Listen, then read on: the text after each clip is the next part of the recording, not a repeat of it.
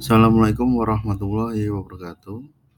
Berjumpa kembali dalam video mata pelajaran Sejarah Indonesia kelas 11 semester 1.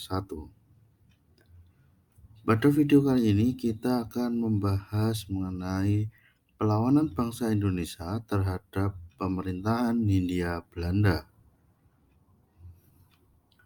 Topik materi yang akan kita bahas diantaranya adalah Perang Aceh 1873 sampai 1904, Perang Patimura 1817, Perang Patri 1803 sampai 1838, dan Perang Diponegoro 1825 sampai 1830. Baik, kita masuk ke topik yang pertama. Perlawanan Kesultanan Aceh Darussalam terhadap kolonialisme pemerintah Hindia Belanda di bumi Aceh. Perang Aceh 1873 sampai 1904. Latar belakang perlawanan. Penyebab umum Perang Aceh adalah pemerintah Belanda melakukan perjanjian Traktat London 1824 dan Traktat Sumatra 1871. Pemerintah Belanda ingin menguasai Aceh karena memiliki kerajaan yang kuat dan kemampuan diplomasi yang tinggi. Selain itu, ada pula Perjanjian London 1824 membuat Aceh menjadi daerah penyangga kekuasaan Inggris di Malaka, sedangkan Bengkulu diserahkan Inggris kepada Belanda. Latar belakang selanjutnya adalah Belanda berhak atas kekuasaan daerah Sumatera Timur yang didapat dari Sultan Siak. Belanda membantu Sultan Siak dalam Perang Saudara melalui Traktat Siak tahun 1858. Selain itu juga dipengaruhi oleh terbukanya terusan Zeus pada 1869 yang membuat perairan Aceh menjadi jalur pelayaran Eropa ke Asia. Dan selanjutnya adalah Traktat Sumatra di tahun 1871 menjelaskan Inggris tidak menghalang-halangi usaha Belanda dalam memperluas daerah kekuasaan sampai ke Aceh. Sedangkan penyebab khusus Perang Aceh ini adalah Kesultanan Aceh menjalin hubungan diplomasi dengan negara Italia, Turki, dan Amerika Serikat.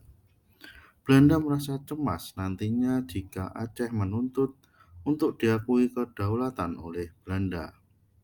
Belanda menginginkan Aceh tunduk pada pemerintahan kolonial Belanda. Namun, Sultan Aceh sendiri menolak tunduk pada Belanda hingga terjadi perang. Beberapa tokoh perlawanan Aceh diantaranya adalah Tengku Cik Ditiro, yaitu menjadi pemimpin pasukan. Ketika itu Tengku Cik Ditiro melawan pemimpin Van der Heyden ketika menyerang Aceh Besar. Tengku Cik Ditiro kemudian gugur di tahun 1891. Tengku Umar melakukan penyerangan pada tahun 1893. Selain itu, Tengku Umar berhasil meloloskan diri dari serangan Belanda pada Maret 1896. Setelah ditawan, Tengku Umar kemudian gugur di Melabuh pada 11 Februari 1899. Sultan Daud Shah. Beliau melakukan perlawanan pada tahun 1884 bersama Panglima Polim, sampai akhir dipaksa menyerah pada Belanda tahun 1904. Cuk Nyak Dien. Tahun 1893 bersama suaminya beliau melakukan perlawanan terhadap Belanda. Namun karena kesehatannya beliau ditangkap dan diasingkan ke Sumedang tahun 1905 dan meninggal pada tahun 1908. Cut Mutia. Cut Mutia melakukan perang gerilya dan spionase melawan Belanda di tahun 1901. Namun pada 25 Oktober 1910, Cut Mutia meninggal di medan perang. Panglima Polim. Sejak 1889 bersama Sultan Daud Shah berjuang melawan Belanda dengan didukung para ulama dan ulu bala. Namun karena tipu daya Belanda, Panglima Polim harus menyerah 7 September 1903. Proses perlawanan. Dalam Perang Aceh ini terjadi 4 kali fase atau 4 kali babak. Pada babak pertama, Perang Aceh fase 1 tahun 1873 sampai 1874. Deklarasi perang oleh Komandan Citadel van Antwerpen 26 Maret 1873. Baik Belanda maupun Aceh menyiapkan pasukan. 6 April 1873, Belanda dipimpin oleh Jenderal Coller berlabuh di pantai Cerumen, Aceh Barat. Pasukan Aceh dipimpin oleh Panglima Polim dan Sultan Daud Shah. Dalam perang pertama ini, Belanda kalah dan Aceh berhasil mempertahankan kedaulatan. Perang Aceh fase kedua 1874 sampai 1880. Tentara Belanda dipimpin oleh Jenderal Jan van Swieten berhasil menguasai istana Kesultanan Aceh.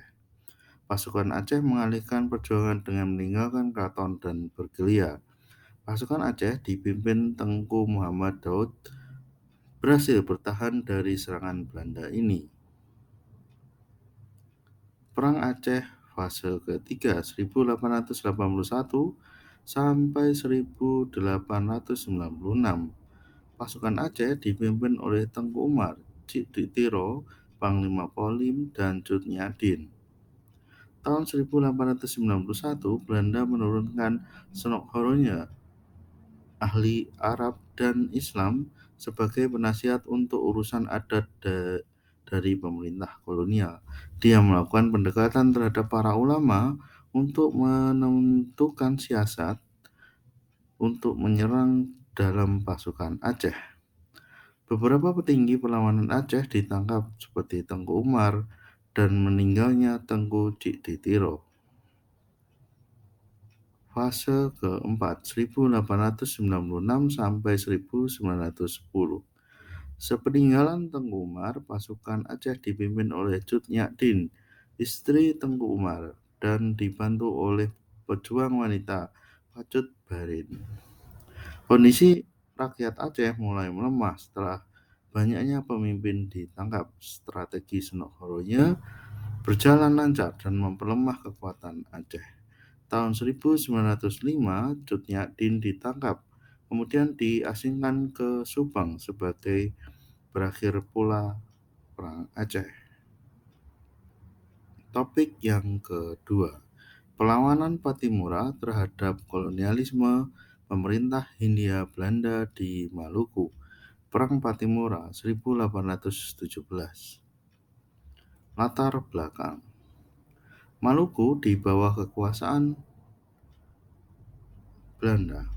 Maluku berada di bawah kekuasaan kembali Belanda sejak awal abad ke-19 akibat perjanjian Traktat London.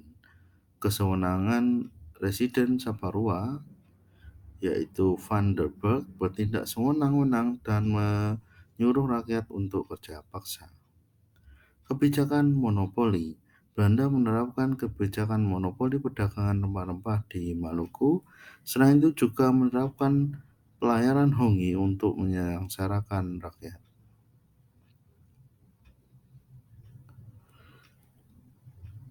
Proses perlawanan. Pengorganisasian perlawanan. Mei tahun 1817, rakyat Maluku berkumpul untuk membahas strategi perlawanan dan mengangkat Thomas Matulesi atau Kapitan Pattimura yang merupakan bekas tentara Klaus Ambon sebagai pemimpin gerakan.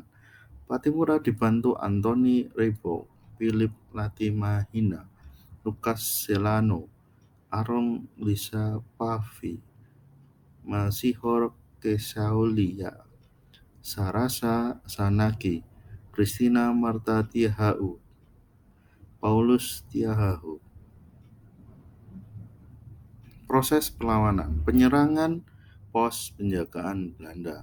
Pada 15 Mei 1817, operasi penyerangan pos-pos dan benteng Belanda di Sapura mulai dilakukan oleh Kapitan Pattimura bersama Philip Latumahina, Lucas Celano, dan pasukannya.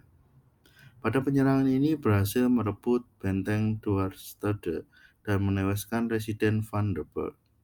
20 Mei 1817 diadakan rapat raksasa di Haria untuk mengadakan pernyataan kebulatan tekad melawan perjuangan melawan Belanda yang dikenal sebagai Proklamasi Porto Hari. Serangan balasan Belanda. Belanda mengirim 300 pasukan dipimpin oleh Mayor Pitzius untuk kembali merebut benteng Dwarstede. Serangan mampu digagalkan kembali. Kemenangan Pattimura. Pertempuran di daerah Seram, Hatawano, Hitu, Haruku, Waisisil, dan Larike juga dimenangkan Pattimura. Belanda akhirnya merubah strategi. 4 Juli 1817, armada Orterde de Groot menuju Saparua dan menjalankan strategi bumi hangus, perundingan, serangan mendadak, adu domba, dan vandalisme. Proses perlawanan, politik pengkhianatan. Belanda menerapkan politik pengkhianatan terhadap Pattimura dengan menyergap mereka di daerah Sori-Sori. Pengkhianatan ini dilakukan oleh Raja Boy dari Saparua dengan membocorkan informasi strategi perang Pattimura. Belanda dengan mudah merebut kembali Saparua. Pada 16 Desember 1817, Pattimura dan kawan-kawannya ditangkap dan dihukum mati di Benteng New Victoria di kota Ambon. Topik yang ketiga, perlawanan kaum Patri terhadap kolonialisme pemerintah Hindia Belanda di bumi Sumatera Barat. Perang kaum Patri 1803 sampai 1838. Latar belakang perbedaan prinsip. Terjadi perbedaan prinsip mengenai ajaran agama antara kaum Patri dan kaum adat. Selain itu juga adanya keyakinan mengubah kebiasaan masyarakat kaum adat. Sehingga dari peristiwa itu menimbulkan perang saudara, yaitu kaum adat tidak mau meninggalkan kebiasaan yang diyakininya, sehingga membuat kaum Patri marah dan beberapa nagari dalam kerajaan Pagaruyung bergejolak. Perang Patri pun meletus dan melibatkan suku Minang dan Mandaling. Deklarasi perang. Pada masa itu, kaum Patri dipimpin oleh Harimau Nan Salapan dan kaum adat dipimpin oleh Sultan Arifin Moningsyah. Deklarasi perang. Perang terjadi pada tahun 1803, memuncak pada tahun 1815 di mana kaum Patri di bawah Tengku Pasman menyerang kerajaan Pagaruyung di kota tengah. Serangan ini membuat Sultan Arifin Moningsyah terpaksa melarikan diri dan kaum Patri berhasil menang. Permintaan bantuan ke Belanda. Tahun 1821, kaum adat mendesak meminta bantuan pada pemerintah kolonial Belanda untuk melawan kaum Patri. Penyerangan Belanda. 4 Maret 1822, pasukan Belanda di bawah Letnan Kolonel Ralph berhasil memukul mundur kaum Patri dan keluar dari Pagaruyung. Belanda membangun benteng. Belanda membangun benteng pertahanan di Batu Sangkar dengan nama Fort de Van der Kapellen. sedangkan kaum Patri menyusun kekuatan bertahan di Lintau. Kemenangan kaum Patri. Kaum Patri dengan gigih melakukan perlawanan sehingga pada tanggal 16 April 1823 Belanda terpaksa kembali ke Batu Sangkar. Perjanjian Batu Sangkar. Pada 15 November 1825 diterapkan perjanjian Masang, yaitu periode gencatan senjata yang disepakati antara pasukan Belanda dengan kaum Patri yang dipimpin oleh Tuanku Imam Bonjol. Serangan kedua Belanda. Perlahan-lahan Belanda menyusun dan melakukan penyerangan hingga pada tahun 1837 benteng pertahanan Tuanku Imam Bonjol berhasil dikuasai Belanda. Tuanku Imam Bonjol akhirnya ditangkap dan melakukan pengasingan.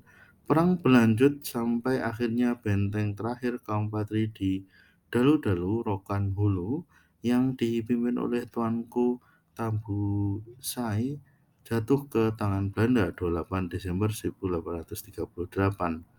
Perang Patri pun dianggap selesai dengan kemenangan jatuh di pihak kolonial Belanda. Sementara Tuanku Tabusai bersama sisa pengikutnya terpaksa pindah ke negeri Sembilan di Semenanjung Malaya. Topik yang keempat, perlawanan Pangeran Diponegoro terhadap kolonialisme pemerintah Hindia Belanda di bumi Jawa. Perang Diponegoro, Java Olol 1825 sampai 1830. Latar belakang. Adanya campur tangan urusan kerajaan. Sikap Pangeran Diponegoro yang tidak menyetujui campur tangan Belanda dalam urusan kerajaan. Kebijakan tersebut meliputi pergantian para pejabat keraton. Hidup mewah bangsawan keraton. Kerajaan seakan tidak berdaya menghadapi campur tangan politik pemerintah kolonial. Namun di lain pihak, kalangan keraton justru hidup bermewah-mewahan. Selain itu, para bangsawan juga tidak memperdulikan penderitaan rakyat. Latar belakang selanjutnya adalah penderitaan rakyat.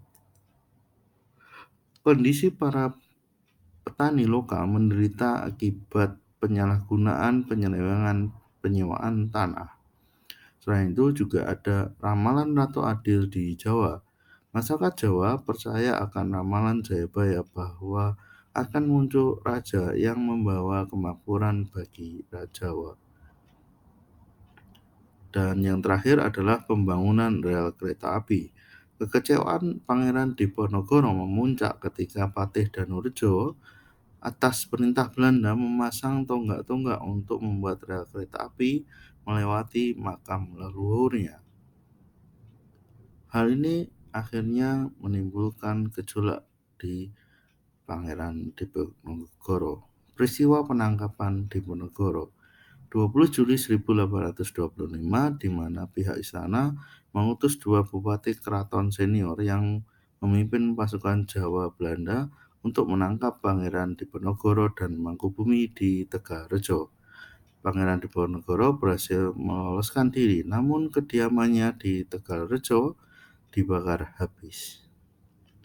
Membangun markas. Pangeran Diponegoro bergerak ke barat hingga ke Gua Selarong di Dusun Kentolan Lor, Kuosari, Pajangan, Bantul sebagai markas besarnya. Serangan pertama Agustus 1825. Awal Agustus 1825, pasukan Diponegoro bisa melakukan penyerangan dan berhasil menduduki Keraton Jogja. Keberhasilan ini disusul kemenangan di beberapa daerah pada tahun-tahun awal berkorbannya Perang Diponegoro. Pergerakan pun meluas sampai daerah ke Banyumas, Kedu, Pekalongan, Semarang, Rembang, kemudian ke arah timur mencapai Madiun, Magetan, Kediri, dan sekitarnya, dan seluruh Jawa bergejolak akibat peristiwa ini. Serangan Selama perang, Pangeran Diponegoro menerapkan strategi perang gerilya dan perang attrisi atau penjemuan. Serangan balasan Belanda 1827. Tahun 1827, Belanda mengerahkan lebih dari 23.000 orang serdadu.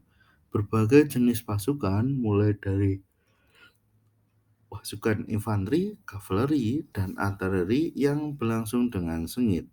Di tahun yang sama, pasukan Belanda melakukan penyerangan terhadap Diponegoro dengan menggunakan sistem benteng, sehingga pasukan Diponegoro terjepit.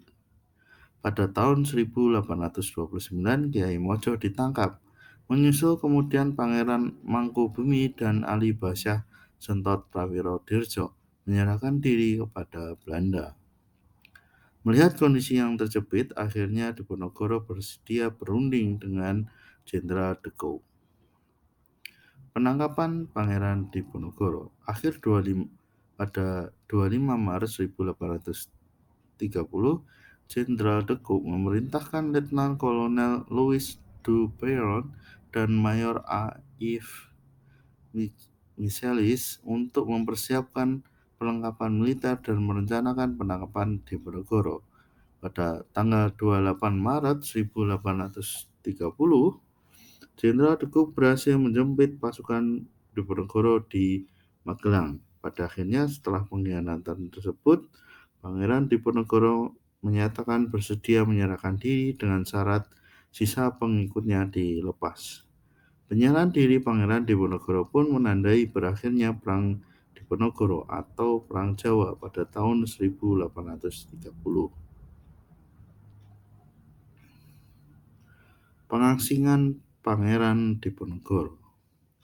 Setelah ditangkap di Magelang, Pangeran Diponegoro sempat diasingkan di gedung Karesidenan Semarang yang berada di Ungaran sebelum dipindah ke Batavia 5 April 1830 dengan menggunakan kapal Pulux.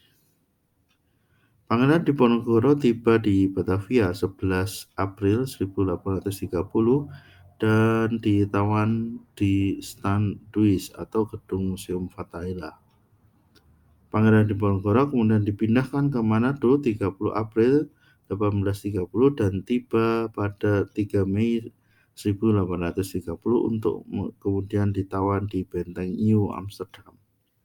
Pada 1834, Pangeran Diponegoro dipindahkan ke Makassar dan terus diasingkan hingga wafat di Benteng Rotterdam tanggal 8 Januari 1855. Demikian video pembelajaran kali ini. Apabila ada kekurangan, saya mohon maaf. Sampai jumpa dalam video pembelajaran selanjutnya. Assalamualaikum warahmatullahi wabarakatuh.